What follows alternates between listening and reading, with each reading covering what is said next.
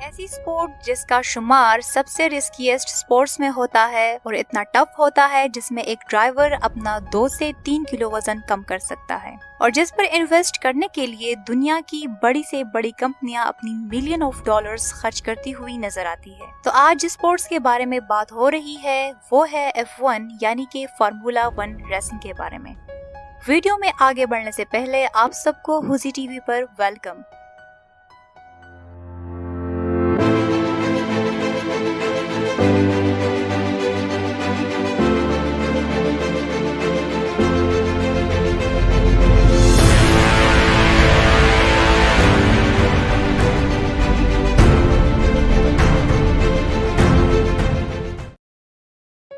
Formula 1 racing کی شروعات 1906 سے فرانس میں ہوئی فرینچ گروپری کے نام سے اور یہی وجہ ہے کہ آج بھی F1 ریسنگ میں اس ٹرم کو یوز کیا جاتا ہے۔ اس زمانے میں یہ ریسنگ ہوتی تھی روڈز پر ایک سٹی سے دوسری سٹی تک اور اس زمانے میں یعنی کہ 1906 میں سب سے پہلے گروپری ریس لیموس میں ہوئی تھی جو 24 آورز کی ڈیوریشن پر مشتمل تھی۔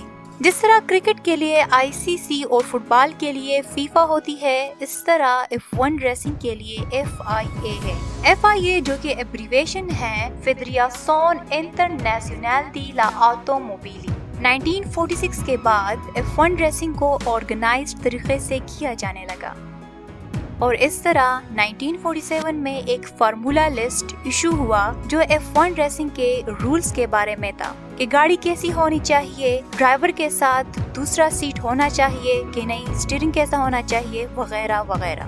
اس طرح 1950 میں F1 ریسنگ کا پہلا ورلڈ چیمپئن شپ کا سیزن شروع ہوا جس میں 7 ریسز ہوئی 7 ڈیفرنٹ کنٹریز میں اور جسے ایک اٹالین ڈرائیور نے جیتا۔ فارمولا 1 ریسنگ میں دنیا کی بڑی بڑی کمپنیاں پارٹیسپیٹ کرتی ہے اپنی کمپنیز کی پبلسٹی کے لیے کہ کون سب سے فاسٹ سپیڈ کار بنا سکتا ہے، کیونکہ F1 ریسنگ صرف ڈرائیور کے ڈرائیونگ سکلز پر ڈیپینڈ نہیں کرتا بلکہ اس کار پر بھی ڈیپینڈ کرتا ہے جو F1 ڈرائیورز ریسنگ کے لیے استعمال کرتا ہے۔ تو کمپنیز کی یہ کوشش ہوتی ہے کہ وہ فاسٹ سے فاسٹسٹ کار بنا سکے۔ آج تک کا سب سے فاسٹسٹ سپیڈ جو اچیو کیا گیا ہے اور جسے ورلڈ ریکارڈ حاصل ہے وہ ہے 372.5 کلومیٹر پر آور جسے 2016 میں میکسیکو میں والٹیری بوٹوس نے ہولڈ کیا۔ بٹ نارملی F1 کار کی سپیڈ ایک جہاز کے ٹیک آف کے سپیڈ سے بھی زیادہ ہوتی ہے۔ جیسا کہ میں شروع میں بتا چکی ہوں کہ یہ بہت رسکیسٹ سپورٹ ہوتا ہے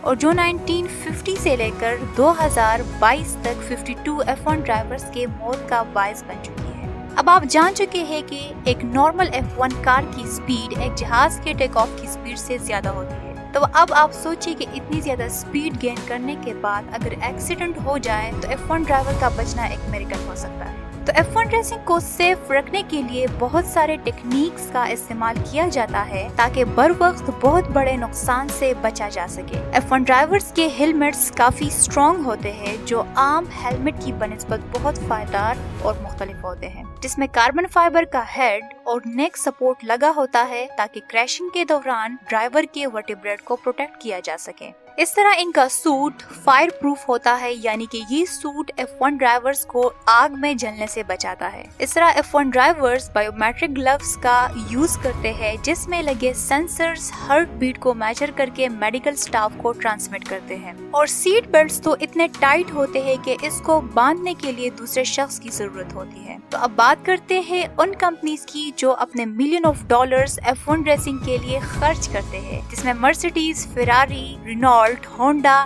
ریڈ بل وغیرہ جیسی بڑی بڑی کمپنیز شامل ہیں اور اب تک ان سب میں سب سے زیادہ فراری سکسیسفل رہی ہے۔ مگر ان کمپنیز کا اس بزنس میں پارٹیسپیٹ کرنا کافی رسکی ہوتا ہے کیونکہ یہ کمپنیز جتنا خرچ کرتی ہے اس سے بہت کم یہ کماتی ہے۔ اگر دیکھا جائے ٹورو روسو ٹیم کی 2018 کی فائنانس کو تو ان کا ٹوٹل خرچہ تھا 181.1 ملین ڈالرز کا جو تقریباً 3700 کروڑ پاکستانی بنتے ہیں۔